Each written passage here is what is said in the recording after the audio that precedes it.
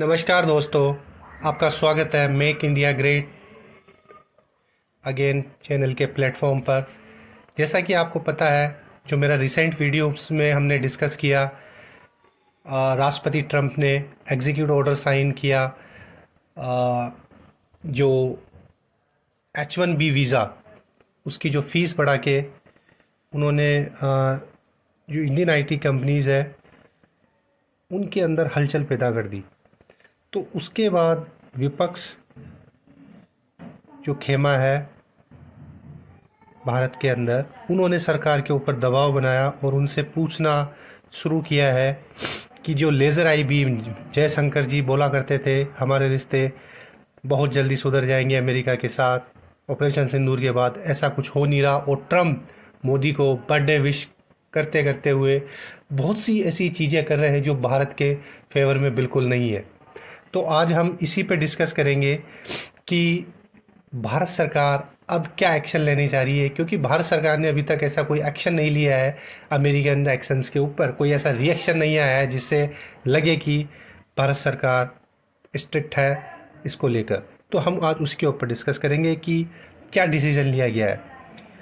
आज इंडिया, आपको पता है, एक नया बोल्ड कदम उठा रहा है, उसके बारे में हम आज बात करेंगे।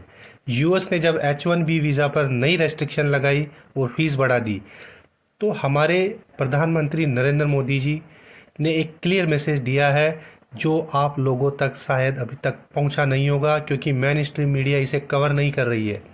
इंडियन प्रोफेशनल को डिफेंड किया जाएगा और हम दुनिया में बिजनेस की डायनामिक्स भी बदलेंगे।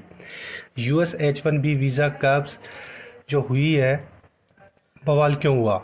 सब कुछ तब शुरू हुआ जब यूएस गवर्नमेंट ने H1B वीज़ा फ़ीस को $1 लाख तक बढ़ा दिया।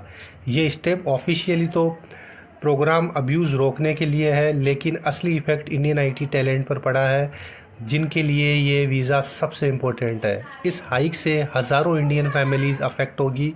इंडियन आईटी कंपनीज़ के यूएस प्रोजेक्ट स्लो हो सकते हैं और दोनों देशों की इकोनॉमी पर इसका इम्पैक्ट पड़ेगा। इंडिया का क्या रिएक्शन है वो हम आज बात करेंगे। इंडियन गवर्नमेंट ने स्ट्रांगली ऑब्जेक्ट किया और बोला कि इस डिसीजन से ह्यूमैनिटेरियन और इकोनॉमिक दोनों तरह के कंसिक्वेंसेस आएंगे। हमेशा इंडियन टैलेंट ने अमेरिका को ग्रो करने में हेल्प की है। अब मोदी सरकार रेडी है जवाब देने के लिए। मोदी का जो काउंटर स्ट्रोक है वो बहुत बड़ा होगा। इंडियन बिग फोर का लॉन्च 23 सितंबर को पीएमओ में मीटिंग हो रही है इसके रिगार्डिंग।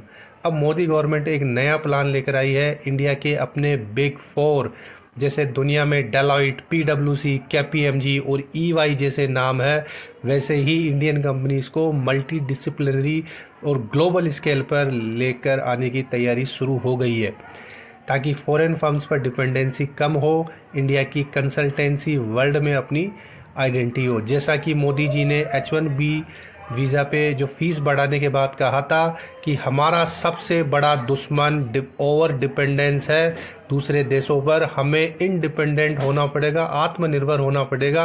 और अब वो बड़े कदम उठाए जा रहे हैं। 23 सितंबर को, जैसा कि मैंने बताया, पीएमओ की मीटिंग होने वाली है, उसमें डिसाइड किया जाएगा कि कौन सी कंपनीज़ को हम बिग फोर में कन्वर्ट करेंगे।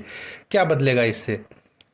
ये दिखाता है कि इंडिया अपने स्किल्ड टैलेंट को बचाने के लिए रेडी है, चाहे वो कंट्री के अंदर हो या बाहर।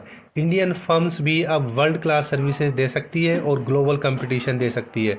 और ये एक वार्निंग भी है कि हर रेस्ट्रिक्शन का जवाब इनोवेशन से दिया जा सकता है। ग्लोबल इकोनॉमिक ऑर्डर भी इक्वली बैलेंस्ड हो सकता है।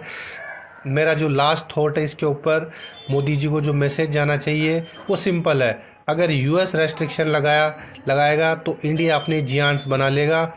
इस डेवलपमेंट को ध्यान से देखना होगा, क्योंकि ये इंडियन प्रोफेशनल और बिजनेसेस के लिए गेम चेंजर बन सकता है।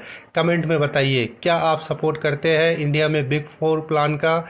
इससे इंडियन इकोनॉमी और ग्लोबल टैलेंट फ्लो पर क्या असर पड़ेगा? Please comment about your thoughts and subscribe my channel, share it so that I can create more videos on